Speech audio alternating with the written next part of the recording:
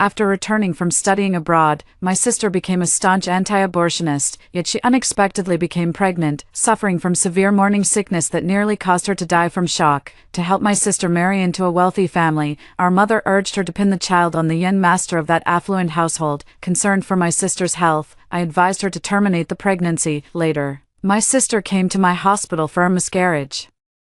Successfully married into a wealthy family, and the couple was deeply in love, but she never managed to get pregnant. On their 10th wedding anniversary, her husband had an affair, and the mistress took his place with their child. My mother said I was jealous of her good marriage and deliberately ruined her uterus. From then on, my sister hated me and, while I was resting, injected me with a high concentration of potassium chloride. When I opened my eyes again, my sister asked me if I wanted to terminate the pregnancy. I smiled faintly. An embryo is also a life, but it's your uterus, so it's your decision. At the community gathering, my sister, dressed in a white dress, was sharing her experience of studying abroad with the uncles and aunts in the community, from the IELTS exam to how to win the favor of professors. Suddenly, the conversation took a turn as they began to spread anti-abortion knowledge. Abortion is killing your own children.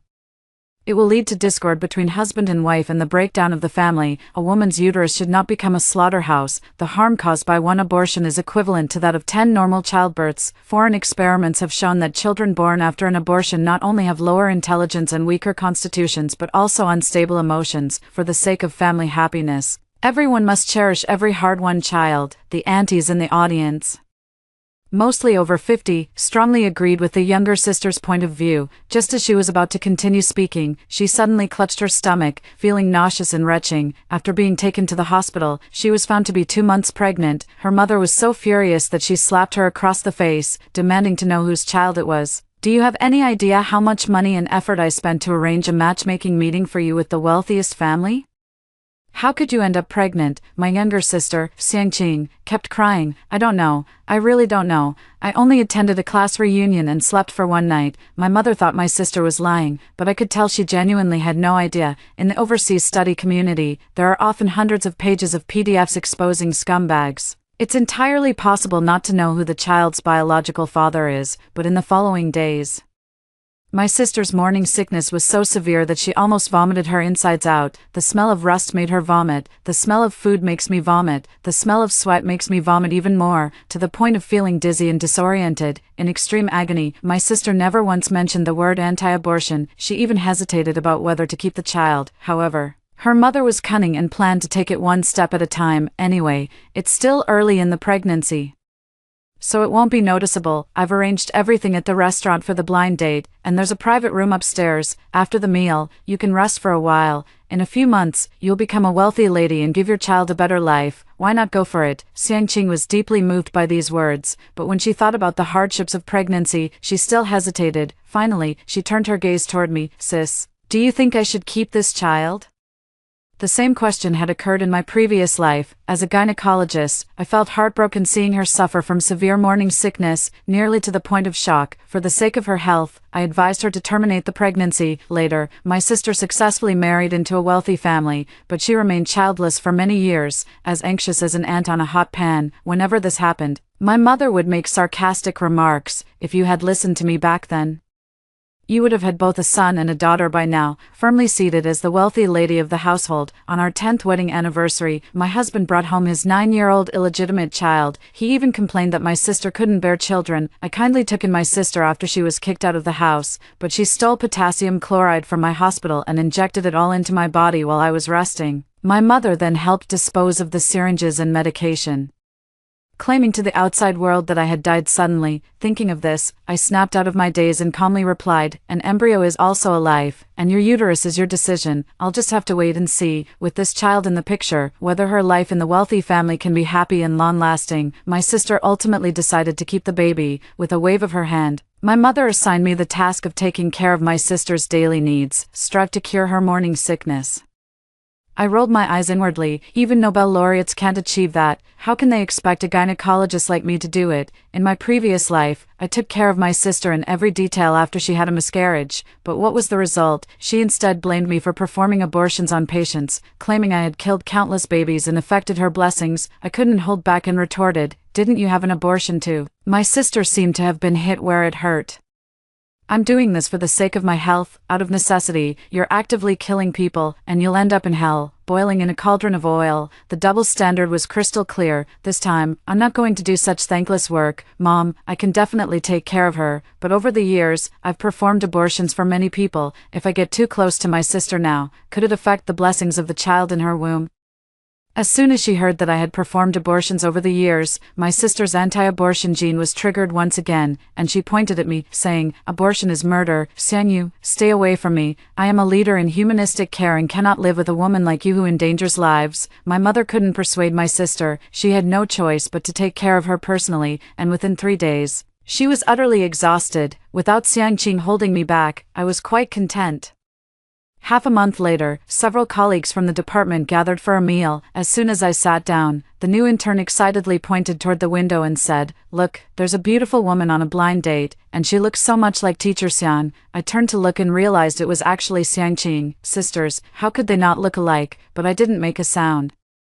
"Fallou, don't disturb the beauty's blind date." Without my care, Xiangqing's complexion looked quite pale, the skin is sagging, the face is puffy, and her looks have taken a significant hit. On top of that, she suffers from severe morning sickness, needing to run to the bathroom every 5 minutes. This left the son of the wealthiest family utterly speechless. During the meal, I overheard her blind date, Zhao Tianxi, making a phone call home. "Good looking, my foot." Her whole face is swollen bigger than a steamed bun, with more age spots than my mom. Just looking at her face makes me lose my appetite. Exactly, I did ask for no makeup, but she can't be this unattractive. All right, I'll go back as soon as I finish eating. When Xiangqing came out of the bathroom for the 4th time, Zhao Tianxi covered his nose impatiently. "Why do you smell like the sour stench of vomit?" Xiangqing felt extremely guilty. "Really, someone threw up in the restroom. Maybe I accidentally picked it up." Zhao Tianxi didn't care who had vomited, he just found it unappetizing. "All right, that's enough for today's blind date. You're not my type." I sighed inwardly upon hearing this. In my previous life, with my careful nurturing, using the best medicine and the most expensive equipment, Xiangqing recovered well, with ample vitality and energy. After dressing up and applying makeup, she directly captivated Zhao Tianxi and successfully married into a wealthy family. This time, without my care, Xiangqing's proud appearance also suffered a significant decline. Fortunately, my mother had a backup plan, and I saw Xiangqing pick up the wine glass. After downing a glass of wine, the man immediately blushed. "Everyone looks like a fairy." Soon, the two of them walked arm in arm toward the private room upstairs. The entire process was clearly visible from our table. Fallou even exclaimed in surprise, "This isn't a blind date, it's like riding a rocket." I smiled faintly and shook my head. That's exactly the speed I want. A month later, my mother called with the good news, telling me that my sister was about to marry into a wealthy family, but the main purpose is to have me falsify medical records. Just get a certificate and write that the child is 1 month old. It would be even better to get a gender identification report, saying your sister is carrying a boy. I almost laughed in disbelief. Not to mention that privately determining the gender of a fetus is illegal. Even mixing up the size of the fetus could lead to dismissal. But with mother's heart set only on my sister, how could she possibly care about my future? I pretended to be the obedient daughter and agreed. All right. Mother was very excited, as if the days of being a wealthy mother-in-law were just around the corner. Sisters should help each other. When your sister marries into a wealthy family, she can introduce drivers and butlers to you. Don't think that just because you're a doctor, the servants in wealthy families don't earn high salaries. Although I have no professional discrimination, but in my mother's eyes, no matter how much I achieve, I will always be 1 step below my sister. After hanging up the phone, I pretended nothing had happened and went back to work. A week later, I took the initiative to visit my sister at home, bringing a fruit basket. Xiangqing, who was radiant in her previous life, now lay on the sofa with disheveled hair, her nasolabial folds deeper than my mother's crow's feet. The room was littered with garbage, leaving no place to step. When she saw me, she was still stuffing her mouth with high-calorie foods like pizza and egg tarts, sloppy and disgusting. Upon seeing me, she asked with disdain, "What are you doing here?" I set down the fruit basket, trying my best to look genuinely remorseful. "Qing, I'm so sorry. Last time when I helped you adjust the fetal weeks, the department head almost found out. I'm afraid I can't help you anymore." "What?" Xiangqing was so shocked she forgot to chew. I continued to pour on the guilt. "It's a shame. If Mom hadn't gotten breast augmentation back then and had used the money to support my studies abroad, I wouldn't have been stuck with my education level for so long. Helping you modify a certificate is as easy as pie, stimulated by pregnancy hormones." My sister burst into tears. She loudly cursed me for being incompetent, then she turned around and called her mother. "You're already in your 70s or 80s, why get a breast augmentation surgery? It would be so much better to use that money to send my sister abroad for studies. You're always so biased. Now look, the proof can't be changed. How am I supposed to marry into a wealthy family?" Her words were spoken with an air of superiority. She completely forgot that her own opportunity to study abroad was also snatched from my hands. My mother was scolded mercilessly by my sister over the phone. Afraid that my sister might get too worked up and harm the pregnancy, she didn't dare talk back. I put down the fruit basket, got up, and left, not wanting to listen to Xiangqing's complaints. However, for my mother, who has been a pimp for decades without ever capsizing, a single certificate couldn't stump her, at most. It would just cost a bit of money. It could even be arranged at an unregulated hospital outside. Sister Xiangqing entered the wealthy family as promised, not getting married, just taking care of the pregnancy. When I helped my sister pack and move into the Zhao family's house, there was another woman in the room. It was the mistress from my past life. I suddenly realized, based on the timeline, it's hard to say which of the two is the third party. When Xiangqing saw the woman holding hands with Zhao Tianxi, she went completely crazy. She swung her hand and charged forward. "How dare you seduce my husband? I'll beat you to death, you vixen." The woman was also well versed in the art of playing the innocent, constantly seeking refuge in Zhao Tianxi's arms. "Honey, look at her." Several times, Xiangqing's slaps landed on Zhao Tianxi's face. Finally, he roared impatiently, "Have you had enough of this commotion? If it weren't for you drugging the wine, how could I have fallen into your trap and let you conceive the Zhao family's child? The only one I love is Xiaohe. You're the seductress." Xiangqing's tears fell in large drops, and before long, she clutched her stomach, crying out in pain. But in my opinion, Zhao Tianxi doesn't love anyone, he only loves a pretty face. In his previous life, my sister was charming and alluring, and he insisted on marrying her despite the disparity in their family backgrounds. In this life, Xiaohe is beautiful and radiant, and he disregards his biological son to bring his true love into the family. In the end, it was Zhao Tianxi's mother, Mrs. Zhao, who stepped in to resolve this farce. However, Mrs. Zhao doted on her son, and the solution she proposed was for the three of them to live together in the same room. My sister had to swallow her pride and reluctantly accept it. Finally, she began living the life of the wealthy. As for this bizarre family, I try to stay as far away from them as possible. However, sometimes trouble comes looking for you on its own. This afternoon, the department received a pregnant woman with a heart condition. She looks very much like Zhao Tianxi. Upon asking, it turned out she is indeed Zhao Tianxi's younger sister, Zhao Xuejiao. This pregnancy was unexpected, but I really love children and want to keep it. Unfortunately, she has congenital heart disease, and her physical condition does not allow it. Zhao Xuejiao's husband loves his wife dearly and has made it clear that he does not want children. Zhao Xuejiao knows her husband's intentions but is hesitant, so I consulted a professional doctor. I have a strong impression of the name Zhao Xuejiao. In my previous life, under my sister's brainwashing, Zhao Xuejiao believed in anti-abortion rhetoric. She insisted on keeping the child. The result was a tragic death of both mother and child during childbirth. Her husband couldn't bear the shock and took a bottle of sleeping pills that night. Following his wife in death, the Zhao family blamed this tragedy on Xiangqing. Zhao Tianxi even made a scene, demanding a divorce. My sister lied to shift the blame, claiming I had urged her to do it. My mother also asked me to endure it for the sake of my sister's marital happiness. I endured it. The result was a demotion and the ruin of my future. This time, I explained the risks involved and advised them from a scientific perspective not to be fixated on having a child. Cherishing the happiness at hand is what matters most. Zhao Xuejiao was also persuaded by my words and agreed to undergo the surgery a week later. But to my surprise, a week later, it wasn't Zhao Xuejiao who showed up, it's my mother. Her current style of dressing is imitating Mrs. Zhao, however. High-end couture always looks out of place on her. Upon seeing me, she immediately lashed out with accusations. Your sister is right. Your hands are stained with blood. You dare to abort any fetus. You even dare to abort the child of the Zhao family's eldest daughter. If you drag your sister down, I'll make you pay. I retorted with a cold expression. My work is none of your business. Please leave. Seeing that I remained unmoved, my mother finally revealed her true colors. She took out 2 stacks of money from her bag and placed them on my desk. The child in your sister's belly is a ticking time bomb, but Zhao Xuejiao's child is still of the Zhao family bloodline. If we could swap the 2 children, even if your brother-in-law suspects something later, he wouldn't have any evidence. Don't you think so? I opened my mouth wide, once again shocked by the twisted worldview of this mother and daughter. They actually wanted to pull off a baby swap. Replace Zhao Shuajiao's child with Xiang Qing's child. This is truly a malicious scheme, but I absolutely cannot allow it. I absolutely refuse to do something that is both illegal and goes against human ethics. Mother was furious. The voice was sharp and unpleasant. Your sister is having such a hard time, unable to eat or sleep while pregnant. As her older sister, you don't wish her well at all. Always making excuses when asked for help. Are you even human, all these years? I've fed you and clothed you. If it weren't for me, could you have become a doctor? Truly an ungrateful wretch. I've heard these same old arguments hundreds of times. What should have been the basic duty of raising a child was, in her words, an immense favor. Even if I took on all the household chores, gave up the study abroad opportunity for my sister, and worked like a slave for her, in my mother's eyes, I still owed her. Repaying her kindness seemed endless.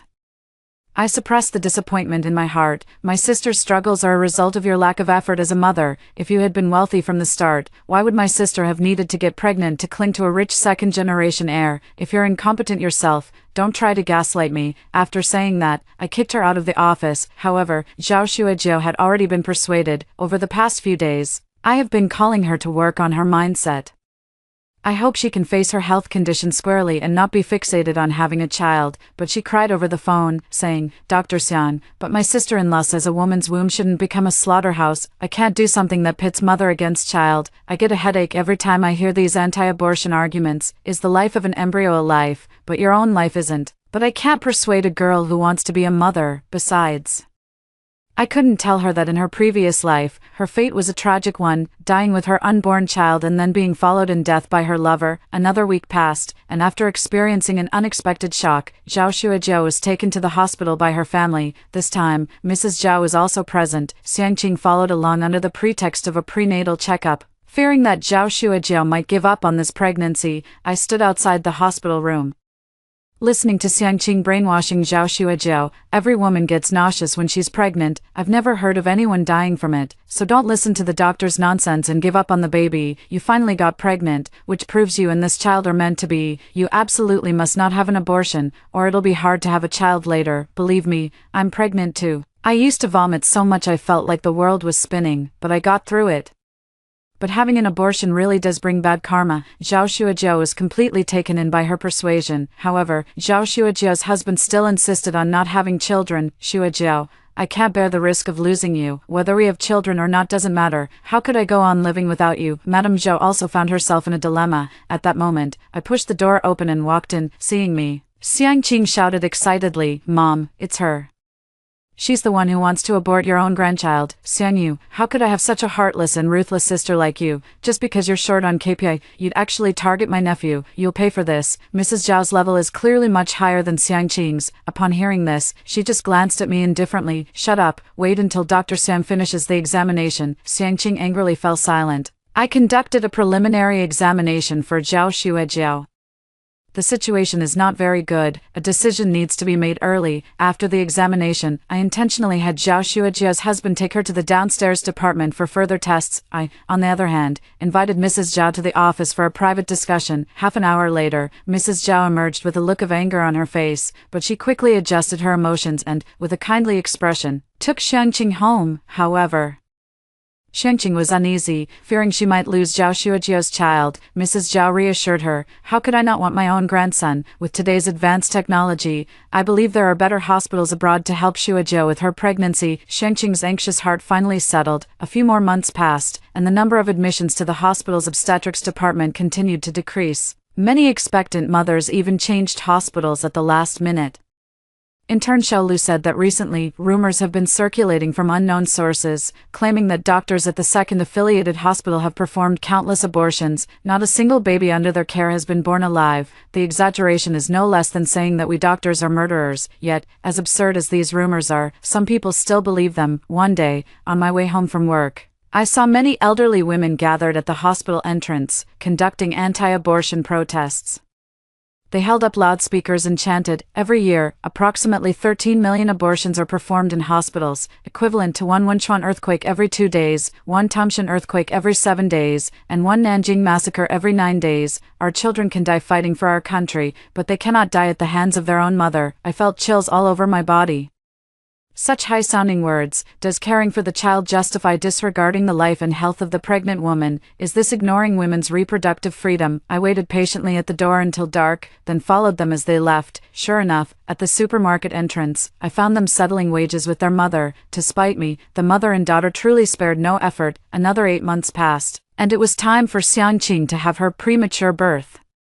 Probably from watching too many palace dramas, she deliberately imitated Consort Shi this time with her premature birth. She insisted on waiting for her rival to appear, picking a fight on purpose, and blaming her premature birth on the other person. By the time I received the call and rushed to the hospital, Xiangqing had already gone in for her examination, even though she was falsely accused. Xiao Yi still maintained her green tea persona to the fullest, clung to Zhao Tianxi like a koala. Tianxi, I really can't explain myself no matter what I say. Zhao Tianxi kept comforting the woman in his arms, the two of them full of affection. Mrs. Zhao held a string of prayer beads, calm and composed. Only I, the most superfluous of all, but I must watch this good show. In her previous life, Xiangqing blamed the misfortunes of her life on me. In this life, I also want to know if having a child will make her life better. Half an hour later, the mother pushed the wheelchair out. Xiangqing sat in the wheelchair, her belly looking about as large as that of a woman in her 10th month of pregnancy. The doctor said the possibility of premature birth is very high, and it's recommended to be hospitalized, ready to give birth at any time. The Zhao family was not short of money, so they immediately arranged for a VIP hospital room. Xiangqing, however, was eager to see Zhao Xuejiao. Xuejiao is about to give birth soon. It breaks my heart to think she's still abroad. When I had my child, I had family by my side, but she has no one with her. The green tea took the lead. Isn't her husband a person? Xiangqing choked up, and then her mother stepped in to smooth things over. I've heard that some men don't care about their wives. They won't let them have epidurals or C-sections. Having family around is always safer. Now it was Zhao Tianxi's turn to lose patience. What kind of person my brother-in-law is? Don't I know? Who are you to pick and choose? At that moment, Mrs. Zhao put down her prayer beads. All right, Xiaoqing is pregnant, so everything should prioritize the expectant mother. Zhao Tianxi and the green tea could only keep quiet. Xiangqing and her mother held their heads high, looking as if they had won a battle. Half an hour later, Zhao Xuejiao arrived. No baby bump. Seeing Zhao Xuejiao looking so carefree, Xiangqing's eyes widened in shock, and she cried out in despair. Where is your child? Why didn't you tell me you gave birth?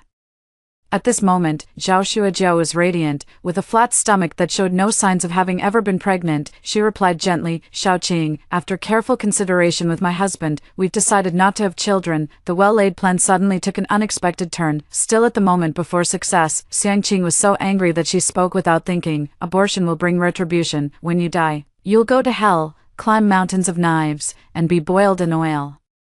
The king of hell won't let a woman who kills her own flesh and blood be reincarnated as a human. As soon as the words were spoken, Zhao Tianxi slapped her across the face. Show some respect for my sister. What kind of bullshit anti-abortion stance is that? It's just your excuse to use the child to secure your status. Whether my sister wants to keep the baby or not is none of your business. Xiangqing was so frightened that she hid in her mother's arms. Son-in-law Zhao. Xiaoqing is still pregnant. How could you lay a hand on her? Zhao Xuejiao is gentle and kind-hearted, not getting angry even when scolded. She also advised her brother, hurry up and apologize. Sister-in-law is pregnant and shouldn't be agitated. The scene was chaotic, but I accurately noticed Xiangqing's wet pants. Her water broke. The mother screamed in terror. Doctor, get a doctor quickly. Xiangyu. What kind of doctor are you? Hurry up and deliver your sister's baby. I sneered. This isn't the hospital where I work. I can't just deliver a baby on command. To keep me out, the mother and daughter specifically chose a private hospital. It's dozens of kilometers away from the hospital where I work. Fortunately, the doctor arrived quickly enough. Xiangqing was soon wheeled into the delivery room. Outside the delivery room, her mother was as anxious as an ant on a hot pan. She would occasionally glare at me, and seeing me chatting happily with Zhao Xuejiao, she seemed to make some connection. Xiangyu, was it you who performed Xuejiao's abortion surgery? I nodded promptly. It was me. 8 months ago, I had Zhao Xuejiao and her husband go to the department downstairs for a checkup. There was a pregnant woman who died from shock due to morning sickness. The hospital director personally performed the surgery, but still couldn't save her life. A perfectly healthy life, just like that. Passed away, nothing but heartache, still heartache. Zhao Xuejiao saw the deceased's family members crying to the point of fainting at the door, feeling both deeply shocked and immensely sorrowful. For the first time, she felt that she should cherish the people around her. It's not wrong to greedily want a child, but she couldn't disregard the feelings of her loved ones. In the end, she still made up her mind to bid farewell to the child. After hearing this, my mother raised her hand and swung it towards me. "I'll beat you to death, you murderer." I quickly dodged. The Zhao family's bodyguards firmly blocked her. "You've harmed countless people, and you'll face divine retribution sooner or later. How could I have given birth to a beast like you?" But I knew she was actually blaming me for not being able to give my sister a child with the Zhao family's bloodline. Selfish people often have hundreds of seemingly justifiable excuses. I replied indifferently, regretting it now. "If you have the guts, stuff me back into your belly." Enraged, my mother sat on the floor and burst into tears. 2 hours later, a female doctor emerged from the operating room. "Are the family members of Xiangqing here?" Everyone rushed forward, especially Mrs. Zhao. She values bloodline inheritance the most. However, the female doctor continued to ask, "Are these the only people? Are there any relatives overseas?" The mother pushed through the crowd and rushed in. "I'm her mother. Save the mother. Absolutely save the mother." She was terrified that Xiangqing might encounter complications during childbirth, but the doctor just gave her a dismissive look. "The hospital has clear regulations. During childbirth, the mother's well-being is the priority. Don't worry, we won't harm the mother." Mrs. Zhao looked down on her ignorant in-law the most. "May I ask if my daughter-in-law has given birth yet? Is there a problem? Can we go in and see her?" The female doctor didn't know where to start, so she simply avoided answering. "Where is the pregnant woman's husband?" Zhao Tianxi reluctantly stepped forward. "It's me, doctor. Just say it straight. Is there a physical defect with the child? Missing arms or legs? Don't worry, my family can afford to raise them." Mrs. Zhao slapped him hard. "Shut up. Stop cursing the child." After saying that, she took out her prayer beads and chanted, "Amitabha, bless the child with health and safety." The female doctor hesitated to speak, still not giving a direct answer. "Family members, please prepare yourselves mentally. I'll go bring the child out." This whole situation made me think the child had a physical defect too. Upholding my duty as a doctor, I consulted Zhao Tianxi about Xiangqing's dietary condition. Zhao Tianxi said disdainfully, "Eating all that junk food every day, pizza, egg tarts, fried chicken, and even fruit, she just devours it all. Telling her to eat less is like asking for her life. She eats a lot and poops a lot, running to the bathroom every day, and she's so jealous she won't let me sleep with Xiaohe." Just as the group was growing increasingly tense, the doctor finally came out holding the child. Now everyone, including the green tea, craned their necks to look forward. Lady Zhao took only one glance and was so frightened that her prayer beads fell to the ground. Zhao Tianxi couldn't help but curse. After reading it, my mother's eyes went dark and she fainted on the spot. I wondered if this child had 2 heads, so I squeezed in to take a look as well. I was shocked by what I saw. Wow, blonde hair and blue eyes, a proper foreign baby. Well, now there's no use saying anything. Zhao Tianxi's head is greener than green tea. Fuck, how dare Xiangqing cheat on me. Furious, he kicked the wall violently to vent his anger. His mother on the ground slowly regained consciousness, only to be grabbed by the collar by Zhao Tianxi. "Tell me, were you planning to make me the sucker? Speak up." Zhao Tianxi was truly furious, his face flushed red, veins bulging on his neck. Even if he didn't like Xiangqing, he still hoped to have a little potato to tease and play with, but now, the little potato had turned into a little green hat. No man could accept that. Mother was so frightened that she didn't dare to move. She kept begging for mercy, just when I thought she would cry and tell the truth, begging the Zhao family for forgiveness. My resourceful mother once again unleashed her ultimate move. "No, Tianxi, you really are the child's father. This child is yours. My great-grandmother was European, so this child must have inherited some ancestral traits. It's even more beautiful and noble." I stood to the side, deeply impressed by my mother's wisdom. If the situation weren't so inappropriate, I would have loved to applaud her. What an excuse to come up with. Zhao Tianxi was so angry he laughed, raising his fist to strike her face. "Foreigner, 2 thumping punches, atavism, 2 more punches, with just a bit of foreign blood diluted over 6 generations, and you still gave birth to such a pure little foreigner. Do you think I'm stupid?" The mother was already crying for help from the beating. "Xiaoyu, save me, save me." I was also afraid of fists, so I took 2 steps back. Seeing that I refused to help, a flash of resentment appeared in my mother's eyes. "It's her, it's Xiangyu. She forced Xiaoqing to pin the child on you, and she also forced me not to say anything. Please, I beg you, stop hitting me. If you must hit someone, hit her instead." Zhao Tianxi released his bruised and battered mother and walked toward me. "Did you also know and deliberately not say anything?" I didn't answer, turning my gaze toward Mrs. Zhao. She sighed and picked up the prayer beads from the ground. "Tianxi, Dr. Xiang already told me about this matter 8 months ago." I took Mrs. Zhao to the office for a detailed discussion. After entering, I said nothing and only showed her a surveillance video. This is exactly the process of my mother discussing with me about replacing Zhao Shuajiao's child. Mrs. Zhao is so clever. After watching the video, She knew there was something wrong with the child.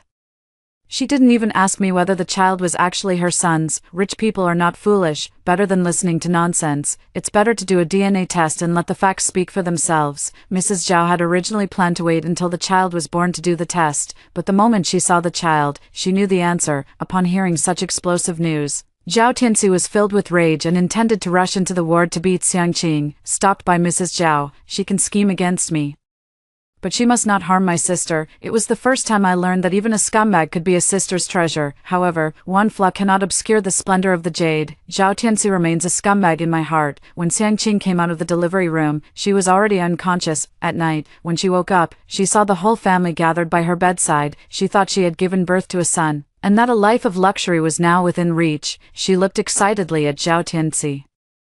Honey, we've already had a child. When are we going to have the wedding? This time, the green tea girl surprisingly didn't interrupt. Instead, she looked at the woman on the hospital bed with pity. Xiangqing thought the other party was backing down and immediately said, Honey, let's live a good life as a family of 3. When are you going to kick this vixen out? Zhao Tianxi remained silent, his head still lowered. He was afraid that if he opened his mouth, he wouldn't be able to control his hands and end up killing someone. Xiangqing finally sensed the strange atmosphere in the hospital room, feeling somewhat bewildered. Where's my mom? Where did she go? Mrs. Zhao recited the Heart Sutra 3 times, yet still couldn't calm her mind. As soon as you wake up, you're thinking about the wedding and worrying about your mom. Aren't you going to ask about the child? Xiangqing's heart skipped a beat, but she forced herself to remain calm. With you taking care of the child, how could I not feel at ease? Speaking of the child, I miss them too. Let me see the child. I went out and brought the child in. Xiangqing was originally full of tender affection, but upon seeing the child's hair, she was left with nothing but horror. No, this is not my child.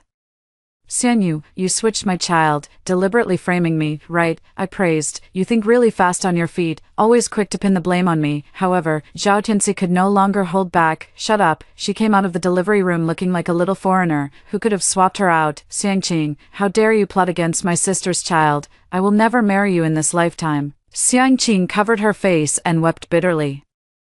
Her mental fortitude was clearly not as strong as her mother's. She couldn't come up with an excuse for the ancestral bloodline regression. I could only keep kneeling and begging for mercy. Even though the child isn't yours, my true heart belongs to you. It's because I love you that I wanted to have a child for you. But the Zhao family would never believe such nonsense again. After Xiangqing was discharged from the hospital, she was kicked out of the wealthy family. Zhao Tianxi packed all her belongings and threw them outside, not even sparing the toilet seat. That fair-haired, blue-eyed child, Zhao Tianxi adamantly refused to keep. Xiangqing missed out on marrying into a wealthy family because of this child, and she hated her to the core. I was afraid she might secretly strangle the child, so I simply took her home. But as a doctor, I'm always busy with work and simply can't spare the time to take care of a child. Just when I was at my wit's end, Zhao Shuazhou appeared like an angel. She said she wanted to raise the child, even though the child isn't my brother's. I genuinely hope she is born safely. Dr. Xiang, don't worry, I will treat her as my own daughter. But I still didn't agree, not because I was worried she couldn't raise the child, but because I was worried that Xiangqing would treat the child as a long-term meal ticket and cause trouble again in the future. To eliminate the problem once and for all, I asked Zhao Shuazhou to find the white classmate who had attended the cruise party with my sister. I paid a hefty sum to have him play the role of the biological father and come to fight for custody of the child. Of course, I also suspected whether this man was actually the child's biological father, but he just shook his head with a smile and said, I don't know, there were too many people that night. I instantly swallowed all my questions, as expected. Xiangqing saw the white classmate and angrily cursed. Upon hearing that the other party had come to take the child, she simply handed the child over to him. Xiangqing actually wanted a sum of money to sever the mother-daughter relationship, but the white guy had long since received my instructions, and as soon as money was mentioned, he proposed. Xiangqing was so frightened that she didn't even want the money and immediately sent the child away. You wish I'm going to be a wealthy lady in the future. I can't go abroad and wander with you. Having tasted the comfort of money, how could she give up such a luxurious life? After successfully obtaining custody of the child, Zhao Shuazhou settled abroad with her child and husband. Without the Zhao family, the mother and daughter finally remembered that they still had me, their sister. They brazenly moved into the house I had rented, while I was at work during the day. They simply broke in and took up residence. When you come back in the evening, you still want to treat me like a maid, you ungrateful wretch. If it weren't for you, your sister could have stayed in the Zhao family using Zhao Shuajiao's child. This is what you owe her. You must spend the rest of your life atoning for it. Before high school, I was deeply manipulated by my mother's way of thinking, feeling like I owe her everything. Until I developed self-awareness and no longer wanted to live such an exhausting life. What greeted me was a slap in the face. I could have gone to Tsinghua or Peking University for college, but I stayed in my home province to take care of my sister. My mother argued with conviction, "Is a 211 university beneath you? If it weren't for your sister, I would have considered having you drop out and come home to take care of me during my university years." It was clearly me who secured the spot for the government-sponsored study abroad program, but with just a word from my sister saying she wanted to go, I had to give it up for her. But now, I won't foolishly go back to being their servant. Redemption. I think the one who needs redemption is you. My mother was taken aback, not expecting me to be out of control, back when my sister was pregnant. If you hadn't made her pin the child on Zhao Tianxi, she wouldn't have gone down the wrong path.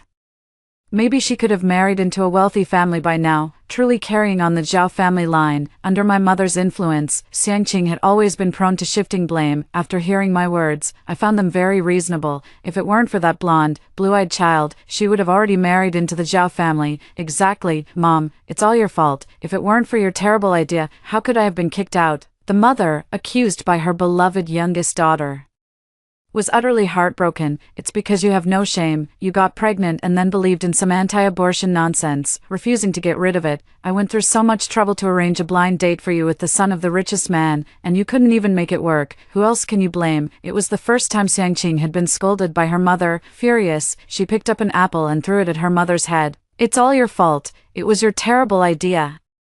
This action completely ignited her mother's anger. "For your sake, I've spent money, put in effort, and even got beaten up by Zhao Tianxi, you ungrateful wretch." The two of them started wrestling on the sofa, so I went straight back to my room to pack my things, grabbing my bank card and the passport I had prepared long ago. I left home late at night. By the time they went to the hospital to confront me, I was already on a flight for an overseas exchange program. In this life, without the burden of mother and daughter, I got the opportunity to go abroad for an exchange. After returning, I just need to endure a few more years to get promoted. In the second year abroad, Zhao Shuajiao contacted me, inviting me to visit their home. As soon as I entered the door, I saw the lively little mixed-race child. Zhao Shuajiao named her Cici. The little one is chubby and energetic, becoming the family's joy. She kept holding my hand and calling me auntie. Under Zhao Shuajiao's care, Cici is completely different from her mother. She has received proper education and comes from a loving family. Zhao Shuajiao quietly told me, "My brother came a few months ago and even brought gifts for Cici." I was shocked. Could a scumbag be so kind-hearted? Zhao Shuajiao also sighed. If only he hadn't named the child Little Green Hat, it would have been even better. It seems Zhao Tianxi is still very bothered by this cuckoldry. 3 years later, I returned to China to continue working. I heard that Zhao Tianxi and the green tea, Xin Xiaohe, got married. At the wedding, Xiangqing appeared out of nowhere and disrupted the ceremony, still shouting, "I've borne you a child, you can't marry someone else." She was beaten up by Zhao Tianxi. As for her mother, it was said that she was heartbroken by Xiangqing. She returned to her hometown and married an old man. Now I get beaten 3 times a day, tormented by my stepson and mother-in-law. I saw Xiangqing again at a hospital disturbance scene. It was said that the legal wife had come to the hospital to beat up the mistress. When I went to maintain order, I saw Xiangqing being grabbed and beaten by an aunt. Come and see, it's her who's shameless, entangled with my husband, a man 30 years older than her. Xiangqing saw me and initially didn't resist, but then, with a sudden burst of strength from who knows where, she pushed the wife away. Her face was twisted with ferocity. "Why should you get to be all glamorous? I'm the most favored one in this family. You're not allowed to have a better life than me." Then, she pulled out the sewing scissors from the table and lunged at me. Unfortunately, times have changed. After being robbed 3 times abroad, I've honed some extraordinary dodging skills, ready to run at any moment, anywhere. Xiangqing hadn't even touched the hem of my clothes before I had already run several hundred meters away. My colleagues were all stunned. The security guard quickly pinned Xiangqing to the ground. It was only after the police took her away for questioning that I found out she had come to get checked for a sexually transmitted disease. Finally, Xiangqing was sentenced to 3 years in prison. 2 years later, I was finally promoted to director. The future that did not exist in my previous life has now finally taken a smooth path. I also witnessed the birth of Zhao Tianxi and Xin Xiaohe's child. Zhao Shuajiao returned to China with Cece to visit the newborn. In the hospital room, Zhao Tianxi kept calling him Little Green Hat, Little Green Hat, come see your sister, she's prettier than you, Little Green Hat, come here, let uncle give you a hug, Little Green Hat. You're not allowed to throw away the toys I bought for you. I closed the door to the hospital room and continued my rounds. There is more than one choice in life, and taking an unconventional path does not guarantee success. Only by saving oneself can one achieve success. A bright future lies ahead. Strive hard to win tomorrow. After hearing the first story above, what are your thoughts? Feel free to share your opinions in the comments section. Next, there is another similar story. Let's continue to see.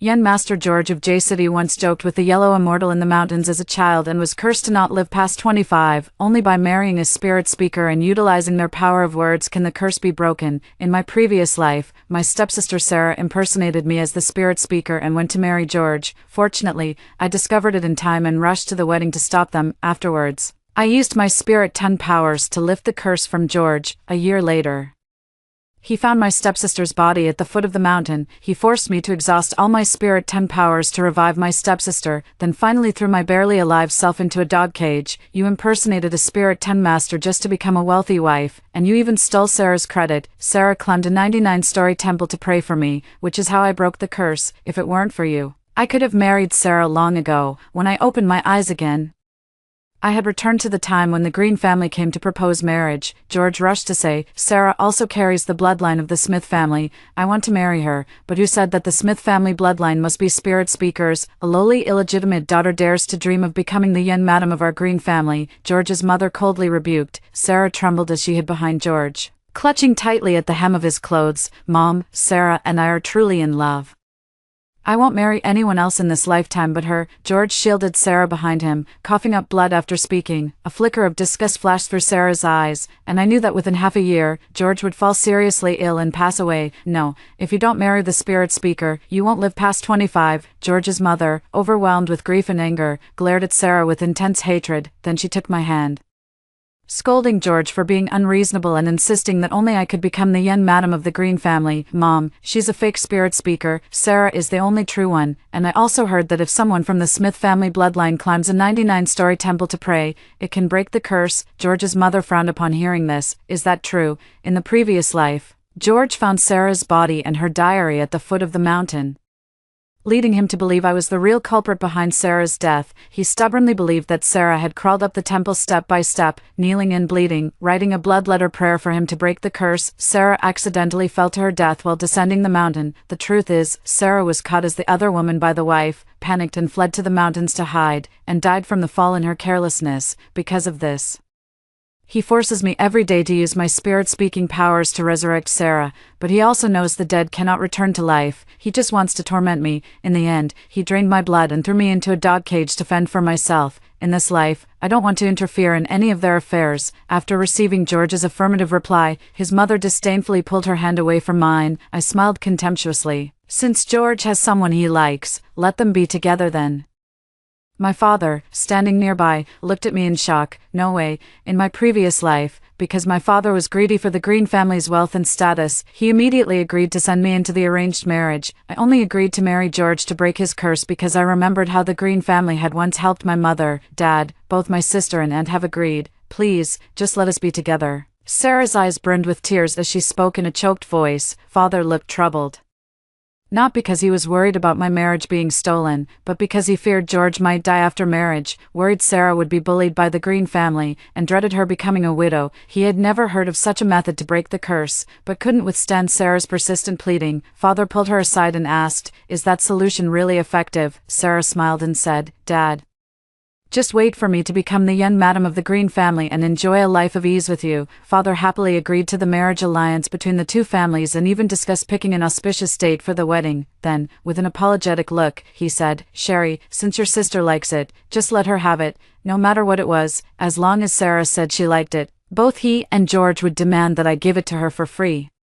But my mother only had me as her daughter. I have no idea where the sister came from. Watching them play the loving father and daughter in their harmonious family, I couldn't help but laugh. George shot me a fierce glare. Sherry, don't you dare set your sights on me. My heart has always belonged to Sarah, and only Sarah. Your father will find you a suitable husband from an equal family. Don't even think about setting your sights on George.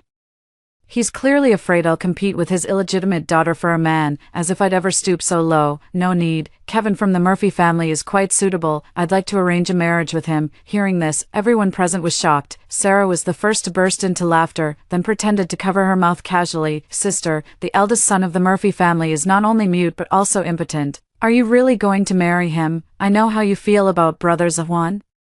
But we are truly in love. Surely you wouldn't want to break us apart, would you? Dad was even more excited. Are you really going to marry him? I nodded. I'll take everything Mom left me, especially that wedding dress. Back then, George was cursed and even dragged poor Kevin into it when he happened to pass by. He was cursed into muteness, unable to speak for the rest of his life. In my past life, it was he who didn't disdain my wretchedness and disability, rescuing me from the dog cage. He even wanted to save me at all costs, but my power of prophecy had completely dissipated, and I was never meant to live long. Yet, foolishly, he signed to me, as long as you're alive, there's hope. I knew all too well that I truly had no hope of survival, so in the end, I left him and chose to end my own life. This time, I will make it up to him and break the curse for him. Fine. Marrying a mute from a wealthy family is still considered you reaching above your station, Dad sneered. After confirming the marriage alliance with the Murphy family, Sarah suggested that the two sisters should have a grand wedding together. Her ulterior motives were practically slapped in my face. She just wanted to take the opportunity to mock me, but I won't let her have her way. After learning about the arranged marriage, Kevin asked me out for dinner. He typed on his phone, "If you don't want to marry me, I'll talk to the elders. Besides, I'm just a mute. I shouldn't burden you." I tightly grasped his hands. "Don't worry, I'll make you better." He looked at me with eyes full of gratitude, without a trace of distrust. Even though George knew I was a spirit speaker before, he would still often doubt my abilities. A month later, the day of the wedding arrived. I unlocked the wardrobe with the key, only to find it completely empty. I was stunned. I had clearly locked the traditional Chinese wedding dress my mother personally sewed for me inside. As I prepared to go out and search for it, I found the bedroom door was also locked from the outside. The sound of the wedding livestream played on my phone, the scene bustling with excitement. Wow, today the two young ladies of the Smith family are getting married, and the second daughter is marrying into a better family. But isn't George cursed to not live past 25? Won't she end up a widow then? That's still better than being mute. But doesn't the Smith family have an oracle? Surely they can break the curse. Why haven't we seen the eldest daughter of the Smith family for so long? Could it be she changed her mind at the last minute and doesn't want to marry anymore? I wasn't present at the scene, yet no one came looking for me. It seems this was all planned in advance, just to make me the laughingstock of the entire city. In a daze, I finally understood why they insisted on live streaming the wedding in my past life. They intended to force George and Sarah into a done deal, making it impossible to back out later, but unexpectedly, I emerged as the unexpected disruptor, turning Sarah into the laughingstock of the entire city. I calmly sent Kevin a message, "Don't worry, just wait for me and enjoy the show." Sarah secretly wore the wedding dress my mother personally sewed for me, receiving praise from everyone. Please don't say such things about my sister. She must just be envious that I'm marrying well and feeling a bit insecure. Sister has a strong personality and always has to be better than me in everything. Now I can marry George. Well, she can only marry the mute and impotent young masterpay. It's natural for her to feel the difference of level. George stayed by her side all along, looking at her with adoration. I chuckled lightly. How could I not send a grand gift to my ex-husband's wedding? I lightly tapped my phone. And soon the screams from downstairs reached the third floor, piercing my ears. I silently counted in my heart, 3, 2, 1. The door opened. "Sherry, what the hell are you doing?" Dad and Sarah rushed upstairs in a panic to confront me. "Are they white phosphorus?" They ignite at the slightest spark. This was just the appetizer, just a few messages about Sarah's mother knowingly being the other woman and her being an illegitimate child, and she already started losing her temper. When Dad brought her home, he announced to the entire capital that this was his second daughter returning from studying abroad, and she was an illegitimate child just 1 year younger than me. Crazy. I like it. Let's have more. I sneered at Sarah. Soon, another wave of information flooded the trending topics. Enough. I told you Sarah is not an illegitimate child. Dad slapped me across the face, seeing George rushing up. Sarah put away her fierce expression. She then put on the mask of a victim again, shedding tears at will, speaking in a humble tone, "Sister, I know you like Brother George, but today is my big day. Could you please not ruin my wedding?" George, his eyes filled with heartache, pulled Sarah into his embrace. "Sherry, how could you use such despicable means to slander Sarah's innocence? Don't think for a second that this will make me marry an imposter like you." Sarah had taken out numerous loans to buy luxury items while pretending to be a rich heiress. "George, you didn't even verify it. How can you be sure whether it's real or fake? Doesn't this handwriting resemble Sarah's? Take a look at her diary." George was somewhat moved. In his previous life, he had practically worn out Sarah's diary from flipping through it so much. How could he not recognize her handwriting? Sarah linked her arm with George's. "Brother George, my sister really framed me." After hearing her words, George's initial skepticism turned into trust. Then she ordered all the trending topics to be taken down and all the messages deleted. "But I had set a timer. Every half hour, this information would be reposted online, and what I had in my hands was far more than just this. Sherry, the more you do this, the more I'll despise you. If you treated Sarah better, maybe I'd let you be my canary. But Sarah will always be the first wife." Sarah, who had been looking down her nose at me, instantly turned livid. "Enough is enough. I never realized George could be so shameless before. How could he have the nerve to say such shameless words?" I raised my hand and slapped George across the face. In my past life, I had already repaid the Green family's life-saving grace by lifting his curse. "Sherry, you've got guts." George spat blood from the corner of his mouth, refusing to back down. Then, "Father urged them to proceed with the wedding first, so as not to miss the auspicious hour." Just as the group was about to leave the room, I forcefully pressed down on Sarah's shoulder. "Take off my wedding dress and give it back to me." "What do you mean your wedding dress? This was left to me by my mother," Sarah retorted. "This wedding dress was one my mother had been sewing since I was a child. It's just a shame she'll never get to see me wear it. I must protect the last thing my mother left me. Either take it off yourself, or I'll have someone do it for you." I glared fiercely at Sarah. Sarah remained unmoved, while George cursed me as a vicious woman. With a wave of my hand, several maids stepped forward and surrounded Sarah. Just as the zipper was about to be pulled, George dismissed everyone. "It's just a piece of shabby clothing. Let her have it." But Sarah was unwilling. "You can't afford this dress." While Sarah was struggling with her thoughts, George coughed up several more mouthfuls of blood. "It seems his body is growing weaker and weaker. Hurry, get married quickly first. Breaking the curse is urgent," George's mother frantically urged. Although Sarah was extremely unwilling, she had no choice but to go change out of her wedding dress. After changing out of her wedding dress, Sarah still looked at me with an indignant expression, even shooting me a resentful glare. She always felt that George had her back. "Sherry, once I break this curse, I'll deal with you." George pointed at me with a somewhat arrogant air, using his finger. "Pointing at people isn't polite, you know," I reminded him, as George held Sarah's hand and walked toward the wedding car. His hand suddenly twitched into a claw-like shape. Sarah let out a scream, drawing everyone's attention. George's face darkened. "Sherry, was it you? I didn't even touch your hand. How could it be me?" "George shouldn't wrong people just because your physical condition has declined." A faint smile curled at the corners of my lips. "After all, one doesn't strike a smiling face." George patiently comforted the frightened Sarah. Just as he was about to accuse me, a group of burly men burst through the door, heading straight for Sarah. The leader was the first to call out Sarah, demanding she repay her debt. So the online exposés were true. The second daughter of the Smith family really did borrow from loan sharks.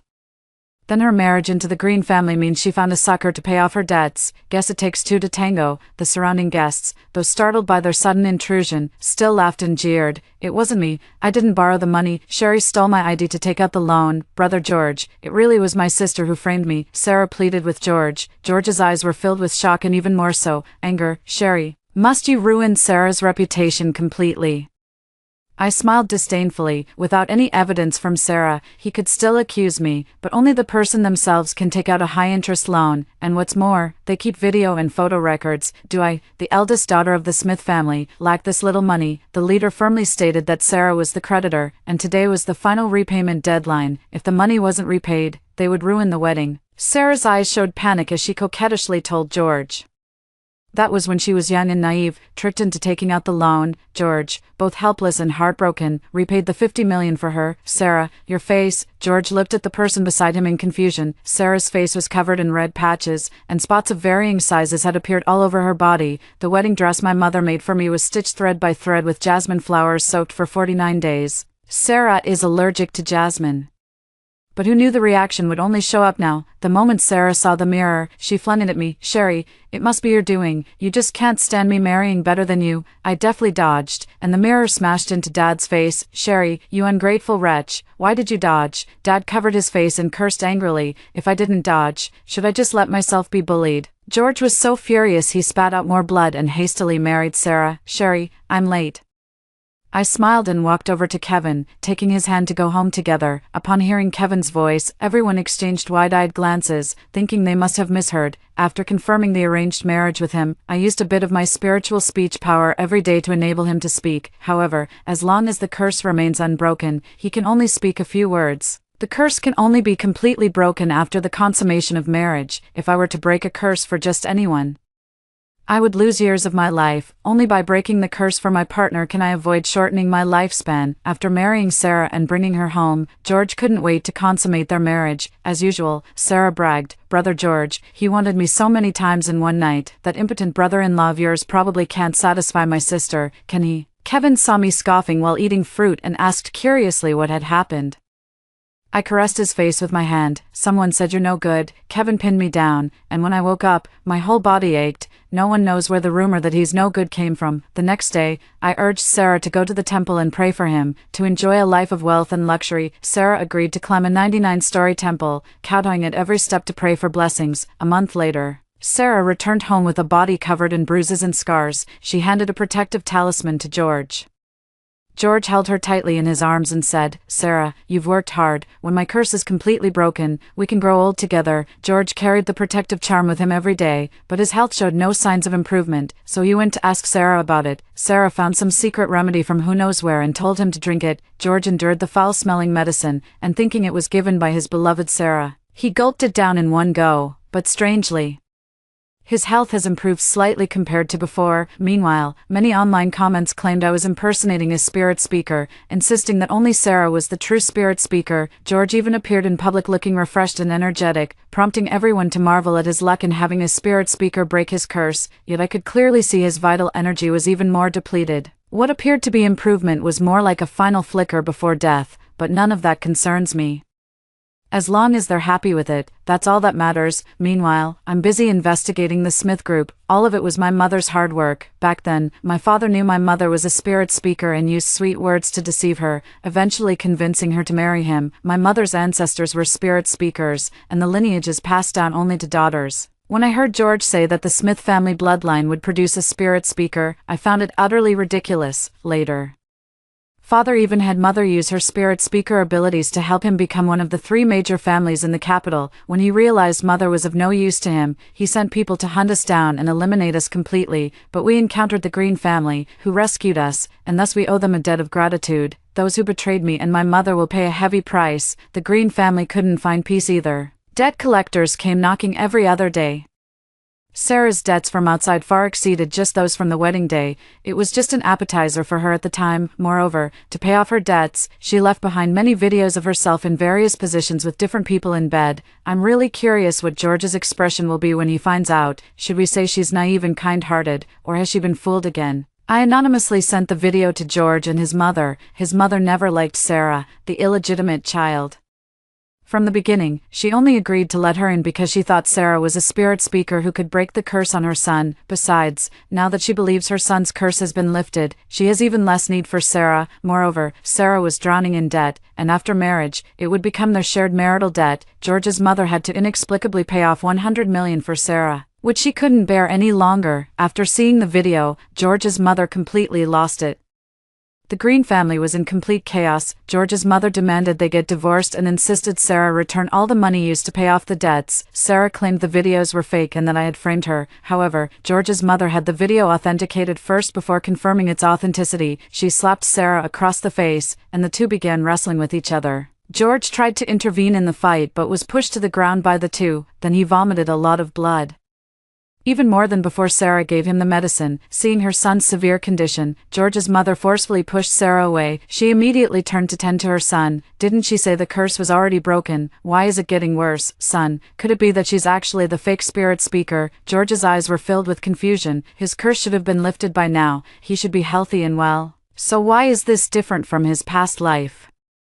He couldn't help but suspect that Sarah had deceived him, and that I was the one who truly saved him. Sarah, quickly use your oracle powers to completely lift the curse for me. As long as you break the curse, I won't hold you accountable for what you've done before. George gazed at Sarah with deep affection. Sarah wore a troubled expression, fully aware that she was no oracle at all. She even angrily scolded her father for not telling her about the inheritance of the spirit speaker.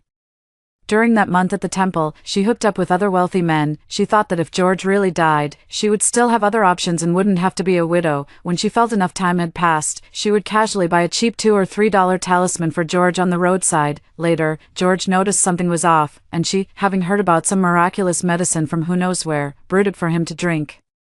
She never expected George to be so foolish as to actually believe her. Seeing Sarah stammering without giving a clear explanation, pale-faced George kicked her hard in the stomach. "You're the real fraud." Sarah collapsed to the ground, blood gushing from her lower body. "I'm carrying your child. Save me," Sarah pleaded with George, her voice choked with sobs. George couldn't help but think of all the men Sarah had slept with, unsure whose child it really was, even if the child was his.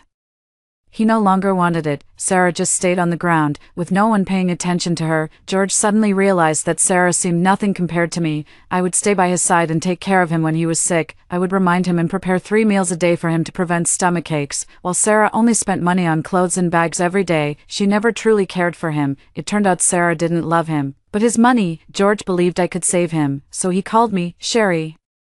"Please, save me." George's faint cry for help came through the phone. I abruptly hung up and casually blocked his contact. "Are you going to save him?" Kevin wrapped his arms around my neck from behind and asked. I turned to look at him and said calmly, "Do you really want me to save him? He's the one who made me mute for over 20 years. He shook his head. "I don't want to, and he insulted you before. It's not worth it for someone like him. But before, you owed the Green family a favor. I'm afraid they might use that to threaten you." I chuckled lightly. "I stopped owing them a long time ago." He was full of doubt but didn't ask me why, saying everyone has their own secrets, but I still told him about my past life. After hearing it, he held me tightly with heartache in his eyes. "If only I had appeared sooner, you wouldn't have suffered so much." Suddenly, I realized that life is different depending on who you spend it with. Even though he knew I had the power of speech spirits, Kevin wouldn't allow me to use it on him, fearing it would drain my energy. He would keep the trivial matters I casually mentioned in mind, yet claimed he would obtain what he wanted through his own efforts, ignoring George.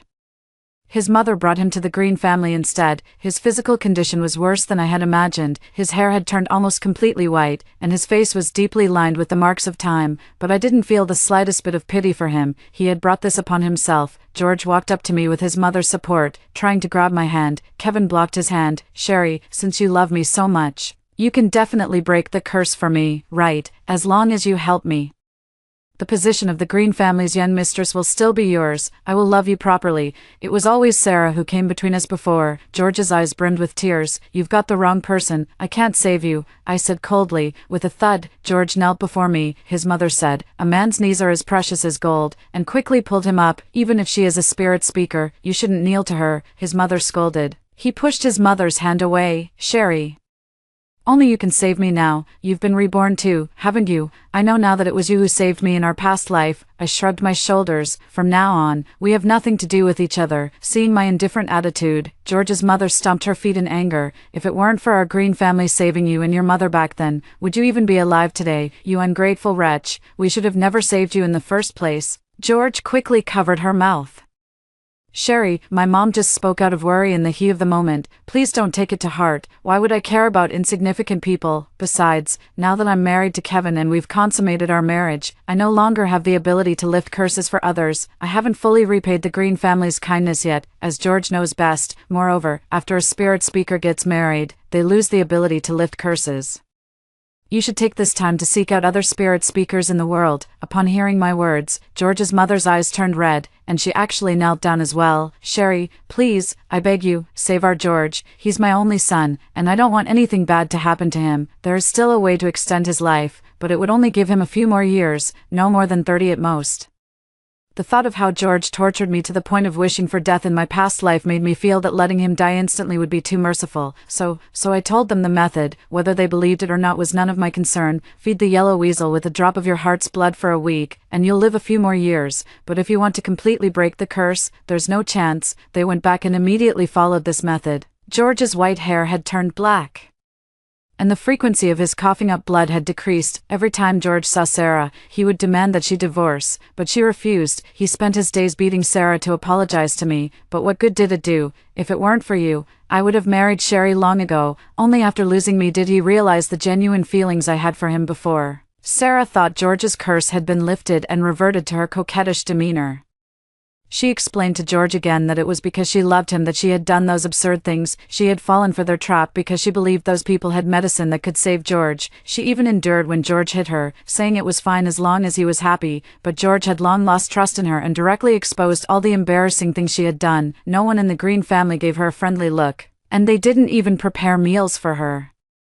She became a public enemy, scorned by everyone wherever she went. She blamed me for being the root cause of all this. Dad brought her to my house to confront me. "Ungrateful daughter, you caused your sister to end up like this. Have you no conscience?" The moment he stepped through the door, I reported his company's tax evasion to the police. "Your beloved precious daughter has secretly embezzled your company's assets. Did you know about this?" I crossed my arms, looking at them provocatively. Despite how much he loved this illegitimate daughter, my words still planted seeds of doubt in him, yet unexpectedly, they united against me in solidarity. "You're trying to drive a wedge between us again. Sarah is such a good child, and it's all because of you that she ended up like this. You must use all your spirit whisperer powers to wish her a lifetime of endless wealth and a happy family." Father looked down at me with arrogance. I could see he clearly wanted my life. "Then I wish you both a lifetime behind bars." My lips trembled slightly. "You, how dare you curse us?" Before long, the police arrived and arrested the two of them. Only then did Dad realize it was truly his precious daughter who had done this, but he took all the blame upon himself, leaving Sarah completely unscathed. I never expected Dad's love and indulgence towards Sarah to reach such extremes. He would rather rot in prison than let Sarah's reputation be tarnished. With a bitter smile, Kevin took my hand and told me firmly yet gently, "When you're tired, look back, I'm here." After handling these matters, Kevin is going to make up for our honeymoon. On the yacht, feeling the wind brush against our faces, I felt truly relaxed for the first time. My body tensed as someone embraced me from behind, but this wasn't Kevin's scent. "Let me go." Noticing this, Kevin shielded me tightly behind him. "Sherry, I don't mind that you married someone else. Get a divorce, I'll marry you." George spoke while taking a ring out of his pocket. "Sherry and I are legally married, and we love each other dearly. Stay away." Kevin glared at him coldly. George kept babbling incessantly, his eyes bloodshot. "Sherry, you used to love me so much. I can't believe you don't want me anymore. We can start over. I'm already divorced. As long as you come back to me, everything I have is yours." He doesn't actually think I'm that great. He just misses the days in our past life when I took care of him. He even forcefully tried to slip the ring onto my finger. I sneered and threw it into the sea. "George, it's been impossible between us for a long time." George jumped into the sea to retrieve that ring. For Sarah, he threw my ring into the swimming pool in winter, and I foolishly jumped in to pick it up. Kevin was somewhat displeased, cupped my face with both hands, and kissed me. "Don't get distracted." I carefully washed and stored the wedding dress my mother had sewn. On the anniversary of my mother's death, I took him to her tombstone. I smiled as I told Mom about all the things that had happened over the years, but as I smiled, I ended up crying. To some extent, I actually envy George and Sarah. George has a mother who loves him, while Dad gave all his love to Sarah. Kevin gently patted my shoulder, and I turned to give him a smile. Now I also have a family who loves me, and he is my partner. Kevin even promised my mother that he would treat me well for a lifetime. A lifetime? That's really too long. On the way back, I vaguely felt something was wrong. I immediately quickened my pace with Kevin. Sarah rushed out from the woods and stabbed at me with a knife. Before I could react, blood splattered all over me. It was George who shielded me with his body. Sarah trembled as she let go of the knife. "Why did you take the blow for her?" "Sherry, you're the one who ruined everything for me. I'll kill you. I swear I'll kill you." With that, she fled in panic, and Kevin immediately called the police. I never expected George to step in and take the blow for me. "I'm sorry, Sherry. I failed you in our past life, and now I'll repay you with my life. Sherry, I truly realize my mistake now. I hope you live well from now on." Then he took out the ring he had retrieved from the sea and handed it to me. This might have been something I longed for in my past life, but now I have other things worth cherishing. Due to excessive blood loss, George died on the spot. I placed the ring back in his pocket and let his mother handle his remains. Kevin patiently wiped the blood off my face with a tissue. He was also worried that I might be scared by such a scene, staying by my side at all times. On the day Sarah was arrested, I found out I was pregnant. I took the opportunity to visit my father in prison. Can't wait to see how he'll feel when his beloved daughter finally joins him in prison. Are you satisfied now? Within just a few weeks, Dad looked haggard and worn. What do you mean by satisfied? She brought this upon herself. I sneered with a laugh. If only I'd been more ruthless back then and gotten rid of both you and your mother, none of this would have happened, Father said with regret and resentment. After leaving the prison, I ran into Kevin's arms. On this day, the sun was shining brightly, and the Murphy family became the wealthiest in the entire capital. I touched the little life growing inside me. The rest of my life will be a brand new beginning. Kevin's perspective. When I was a child, I got lost in the mountains and heard someone joking with the yellow-grayed immortal. Curious, I peeked to see, but I was cursed to become mute, unable to speak for the rest of my life. I know there are spirit speakers who can break curses, but I've also heard that George has a close relationship with the heiress of the Smith family. The heiress of the Smith family still owes the Green family a favor, so even if it's about breaking a curse, it wouldn't be my turn. I thought I would be a mute, laughed at by everyone for the rest of my life. Even though my family told me I'm the eldest son of the Murphy family, and being mute wouldn't matter, I can still inherit the family business. But when I hear others talking about me, I still feel inferior. After the Green family went to propose marriage to the Smith family, the news that came out was actually about a marriage alliance with the Smith family's second daughter. Does that mean I still have hope? But I don't dare to entertain such thoughts, until Miss Sherry of the Smith family appeared before me with a smile, saying she wanted to marry me. At that moment, I felt she was the sunlight piercing through my dark world. I'm mute, and I fear I can't give her the life she desires. Even more, I worry she's only doing this to spite the Green family. But she said, I want to marry you for who you are, and it has nothing to do with anyone else. And what's more, I'm a word weaver. I can help you break the curse. You'll be able to speak normally from now on. After that, she used her word weaving powers on me every day, and I gradually regained my ability to speak. From that moment on, she became part of all my future plans. But George kept bothering her repeatedly, and I even started worrying she might leave me for him. Once again, she firmly assured me that would never happen. She told me about her past life story. At that moment, I only hated myself for not appearing by her side sooner. If I had been braver and sought her hand in marriage, perhaps she wouldn't have had to suffer so much. Fortunately, in this lifetime, she chose me, so I can protect her always. Looking at Sherry sleeping beside me, I couldn't resist giving her a kiss. My Sherry deserves all the best things in the world. After hearing the second story above, what are your thoughts? Feel free to share your opinions in the comments section. Next, there is another similar story. Let's continue to see. In my previous life, the apocalypse arrived, and zombies roamed the earth. By chance, my sister and I consumed the herb of life. I awakened a healing ability, while my sister gained ice-based powers. My sister grew envious of my healing ability, which allowed me to enjoy the best treatment in the base without lifting a finger. She resented that I became the woman of Harry, the leader of the largest base, living like a princess, adored and supported by everyone. She had to go out every day to kill zombies and scavenge for resources just to maintain a basic livelihood. Blame me for deliberately stealing the healing ability, gaining everything, as the older sister. Yet we lived worlds apart, one in heaven, the other in hell. Harboring resentment, she lured me out of the base and pushed me into a zombie horde to die. This time, she seized the healing power, and I applauded. It all started with an exceptionally spectacular meteor shower broadcast. People watched the meteors streak across the dark sky, beautiful and magnificent, like silver ribbons of a fairy. Everyone cheered with joy, unaware of the impending danger. The meteorites that fell from the shooting stars contained large amounts of unknown radioactive substances. Animals began to mutate, and viruses started to spread. 80% of the world's population became infected by the circulating virus, turning into zombies. My sister and I barely survived. Since childhood, my sister and I have relied on each other, and I raised her with my own hands. My childhood was unfortunate, but I hope the sister I raised can grow up healthy and happy. I gave her everything I could, ensuring she had all the things other girls had. Gradually, I raised her to be innocent and naive, somewhat spoiled, with a bit of a princess temperament. Only later did I realize she was born wicked. She has no heart. After the apocalypse arrived, the city fell. Previous life, I took my younger sister back to our mountainous hometown, a sparsely populated area surrounded by peaks, with vast fields, making it an ideal refuge. Upon returning to my hometown, while gathering wild vegetables in the mountains, my sister and I discovered the grass of life. The meteorites that fell from the sky carried a virus, but beneath some of them grew the grass of life, which granted supernatural abilities when consumed. This particular grass of life had two buds, one glowing green and the other glowing blue. In my previous life, I consumed the green one and gained healing abilities.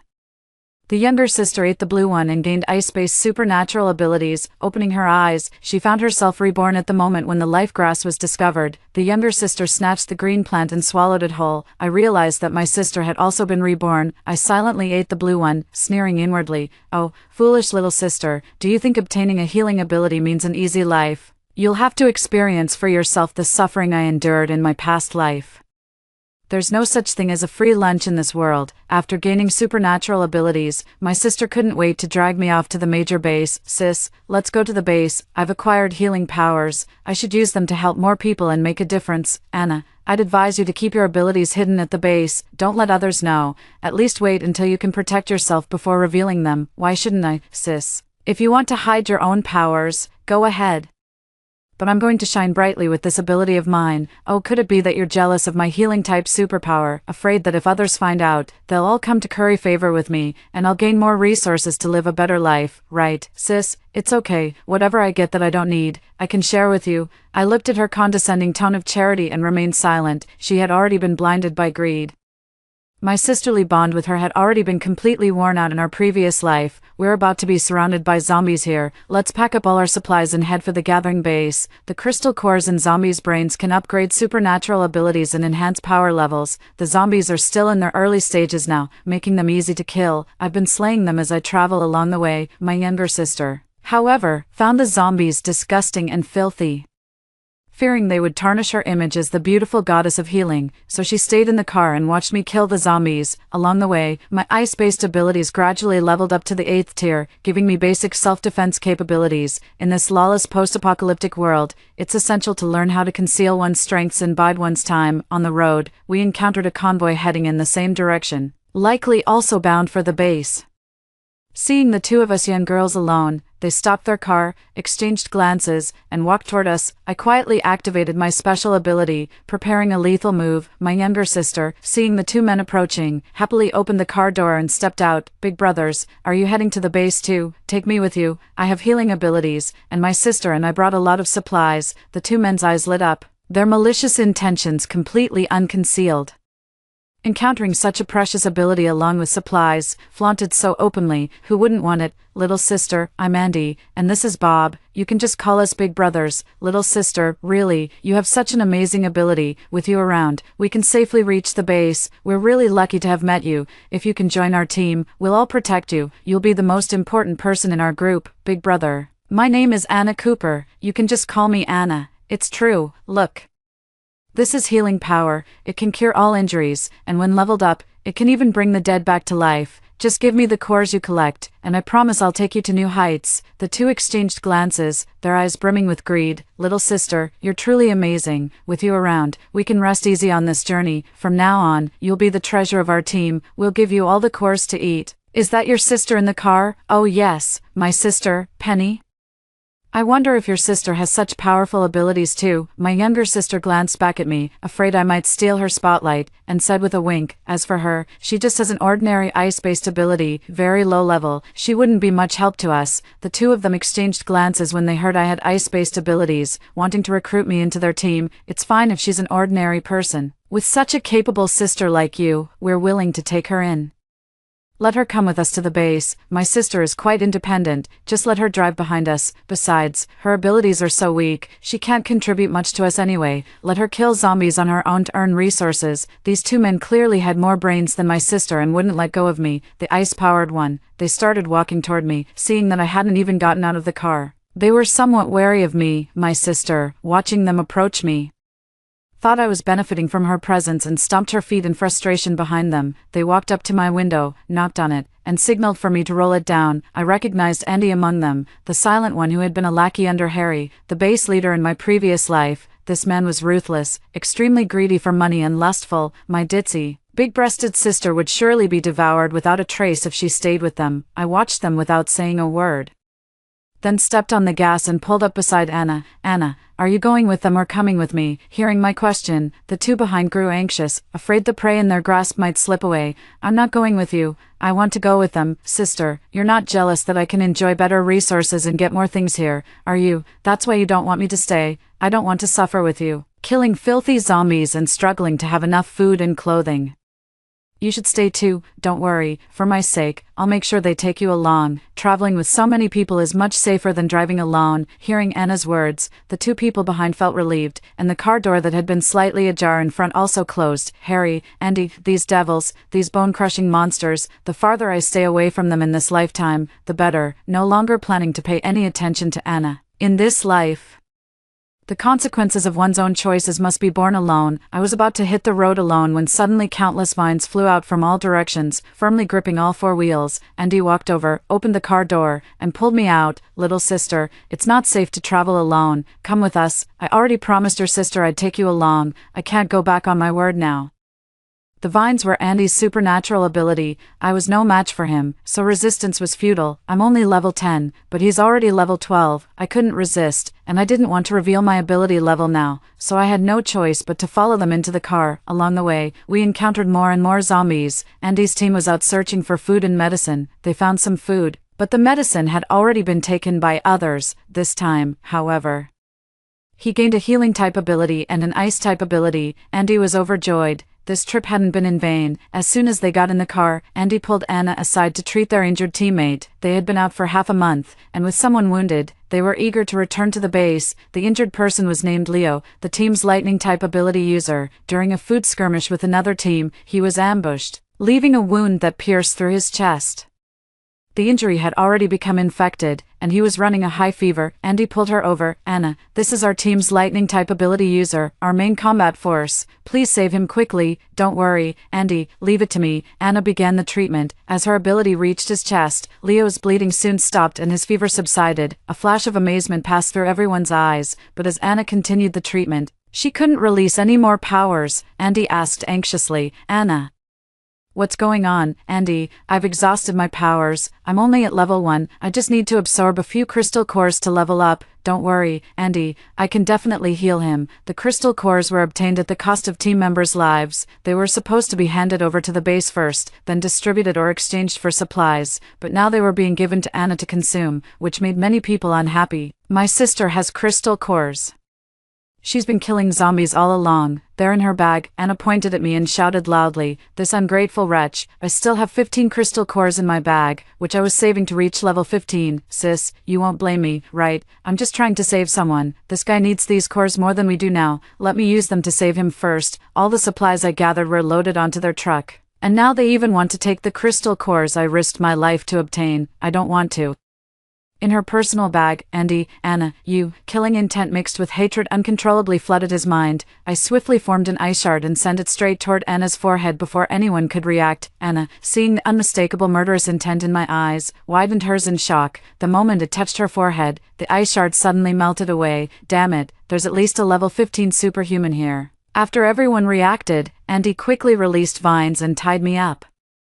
Seeing my attempt to kill her, Anna realized I had also been reborn. With joy in her eyes, Penny thought, this time, I'm the leader's wife, the one everyone adores. You can just watch me rise from the dirt where you belong. Anna rushed forward and slapped me twice, left and right. Penny, I never thought you could be so vicious, actually wanting to kill me. I only asked for some of your crystals to save lives. Do you not want me to revive brotherly? Andy, don't let her go.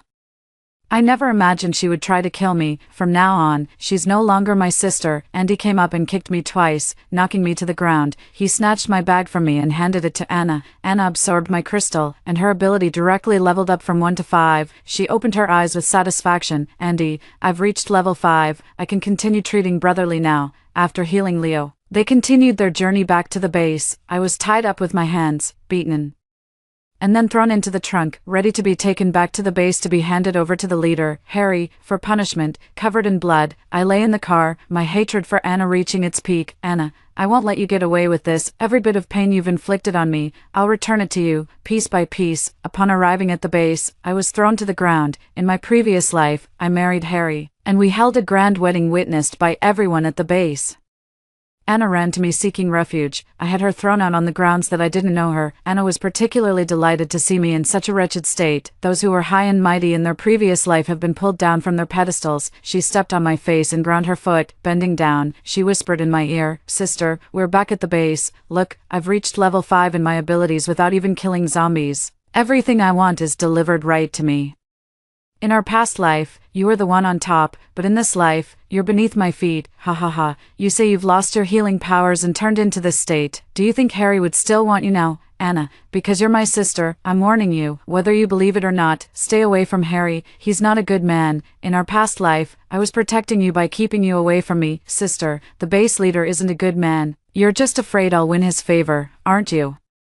In our past life, if you hadn't taken the healing herb, everything should have been mine. You stole it all from me. This time, it's your turn to watch me enjoy everything. Those beautiful clothes, fresh food, I'll be the first to pick them, an endless supply of crystal cores for me to use. I'll never have to worry about going hungry or cold, or killing those disgusting zombies every day again. She was afraid that after I met Harry, he would still have feelings for me.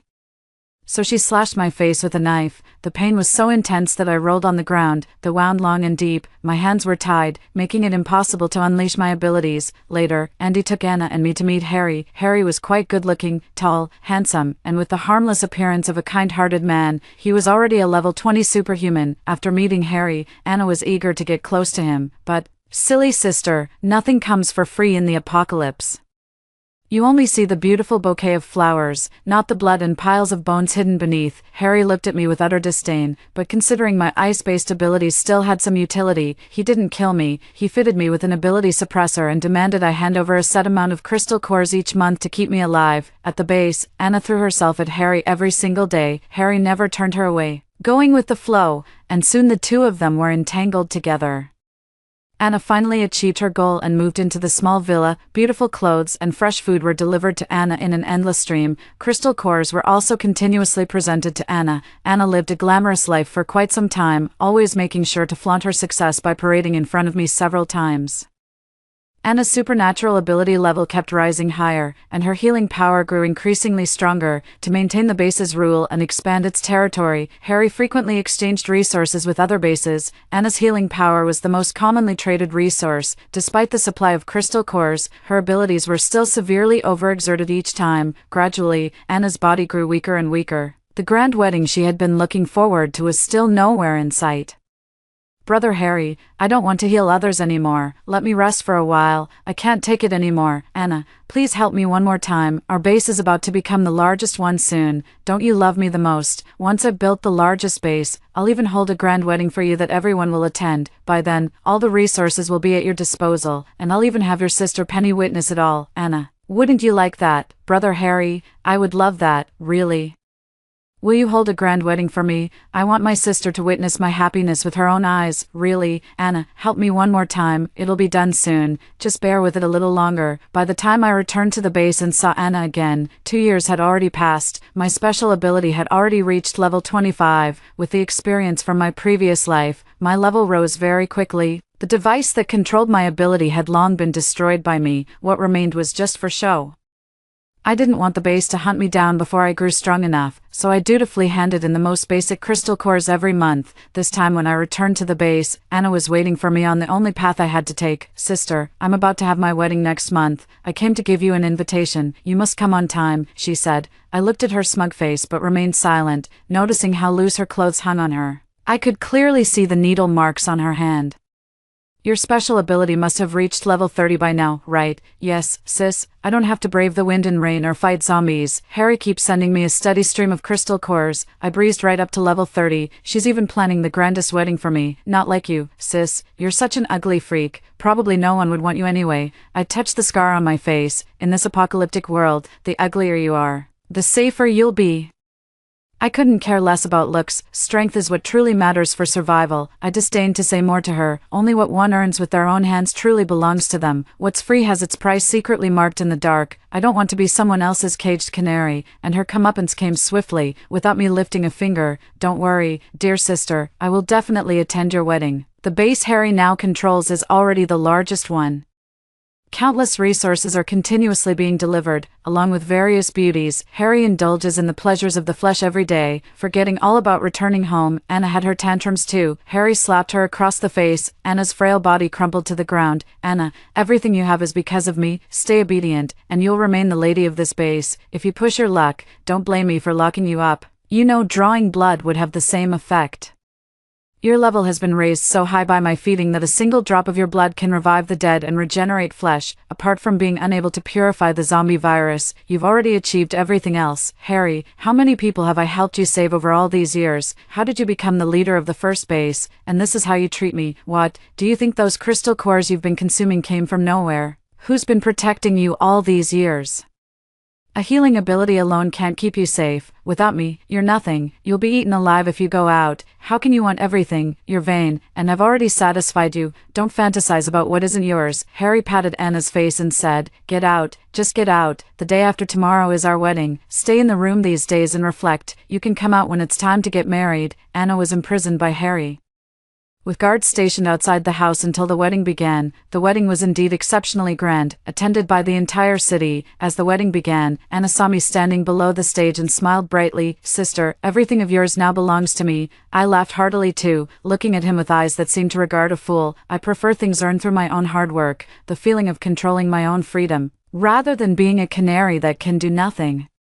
If healing-type abilities have no offensive power, one can only become a canary, relying on others' protection to maintain safety. In my previous life, I secretly made a deal with another leader, saving his life in exchange for a metal-based ability, which was how I protected myself. In this life, you only know how to enjoy, relying on others for everything, placing your fate in someone else's hands. The wedding went smoothly, and it should have been a joyous occasion for everyone. Suddenly, Andy burst in, whispering a few words into Harry's ear. Harry's expression changed, and he grabbed Anna, heading straight for the exit. Andy stayed behind with a smile to comfort the guests. "Our leader has some important matters to attend to and will be back shortly. Everyone, please continue, eat, drink, and enjoy yourselves." Harry pulled Anna outside and hurried toward the medical office. "Harry, what are you doing? Today is our wedding, and there are still so many guests inside." "Anna, Linda, the leader of the YC base, is seriously injured. Please help me save her. But today is our wedding. Let the doctors treat her first." "No, it has to be you. You have to save her whether you want to or not." Anna felt wronged but couldn't resist, so she was dragged to the medical ward. As soon as I entered, I saw Linda lying there, covered in blood, with multiple wounds on her wrists and legs. A broken piece of wood was deeply embedded in her chest, piercing through her heart.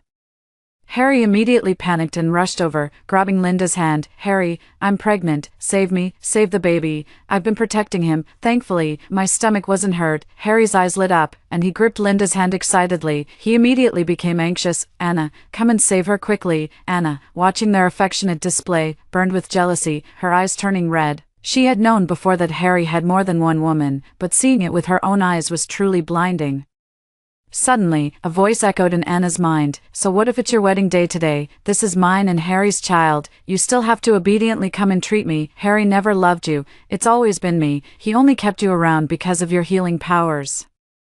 Upon hearing this, Anna immediately lost her mind. "Harry, is she carrying your child? Is it yours?" Anna rushed over and started hitting Harry. Harry impatiently shoved her to the ground. "So what if it's my child? Anna, hurry up and treat me. If anything happens to Linda or the baby today, I'll make you pay with your life. I won't save her. If you think I'll save your child, forget it. This isn't up to you. You'll save her whether you want to or not. Andy, tie her up and draw her blood." Anna was instantly bound by vines, unable to move, watching helplessly as Harry drew tube after tube of blood from me. All of it fed to Linda, until Linda fully recovered. "Harry, Anna actually refused to save our child. I think she just can't stand us. I should leave immediately. I'm afraid she might harm our child. Since she can't have children herself, she's jealous that I'm giving you one. Does she want you to have no heir, Linda? What is she? Just a blood bag at best, if I give her face. She's the lady of the base. If I don't, she's nothing. You're the one I truly love, and I won't let her get in your way. Andy, lock her up in the villa. Just make sure she's fed every day. Keep her alive. That's all. Harry, how could you do this to me? The reason I can't have children is all because of you. My body has been drained from all the blood draws." Anna, crying and struggling, was ignored by everyone and locked away in the villa. After that, Harry never came again. Every month, someone still comes regularly to draw blood. Anna couldn't bear such numb days anymore. How could this be? How could this be? I am the leader's wife. I am the leader's wife. I want to see Harry. Andy, take me to see Harry. Andy walked over. "Harry, I don't think the boss has time to see you. You probably don't know, but the boss just had a son and is hosting a full-month celebration banquet. He really doesn't want to see you right now. Andy, please, let me out. I need to see Harry." He'll see me, he still needs me, my healing ability is the highest level there is. Healing abilities, nowadays they're only good for treating wounds. Your good sister Penny is now the leader of another base. Their base has even developed a vaccine to cure the zombie virus, and she's currently attending the full moon celebration. Everyone is scrambling to win her favor. I wonder if your sister would even be willing to acknowledge you now. Penny, that bitch, how is this possible? I'm the one with healing powers, I should be the one in the spotlight. It should be me. Anna, upon hearing her sister Penny, completely broke down, screaming and pounding on Andy to let her out. Why is it still like this even after starting over? Andy slapped her across the face to make her quiet down. Want to go out? Fine, keep me company and I'll let you out. You still have some looks left. I've wanted to lay hands on you since the day we brought you back. If it weren't for the boss, you'd have belonged to us brothers long ago. Do you think the boss still cares about you now? Andy, what are you doing? Let me go. How dare you treat me like this? Harry won't let you get away with it. If he even remembers you, that's already a favor, with Linda by his side. What are you? She's a psychic ability user. Serve me well, and I might let you go. Let me go. Harry, save me. Ha ha ha. Still calling his name now, Andy left, completely satisfied. Anna. Ha ha ha, from now on just be my woman obediently, serve me well, and I might even give you something to eat. Harry is already tired of you, so you'd better hurry and cling to the next big shot. Anna couldn't accept reality and was acting a bit crazy. Yes, sister, I'm going to find my sister. She's the leader of the base now. She'll save me, she'll take me away. Anna seized the chance and ran out. She dashed frantically to the full moon celebration banquet. Sister, where are you? Sister, I know I was wrong. Sister, I know I was wrong. Anna fell to her knees before me, clutching my legs. Good sister, now that you know your mistake, come with me. I left the place contentedly with my dear sister in tow. It seems I'll have to raise my sister all over again. That's all the story. What do you think of this story? Share with me in the comments section. What would you do if you were in this situation? Looking forward to hearing from you. If you liked this story, don't forget to like it, share it, and subscribe to my channel. See you next time.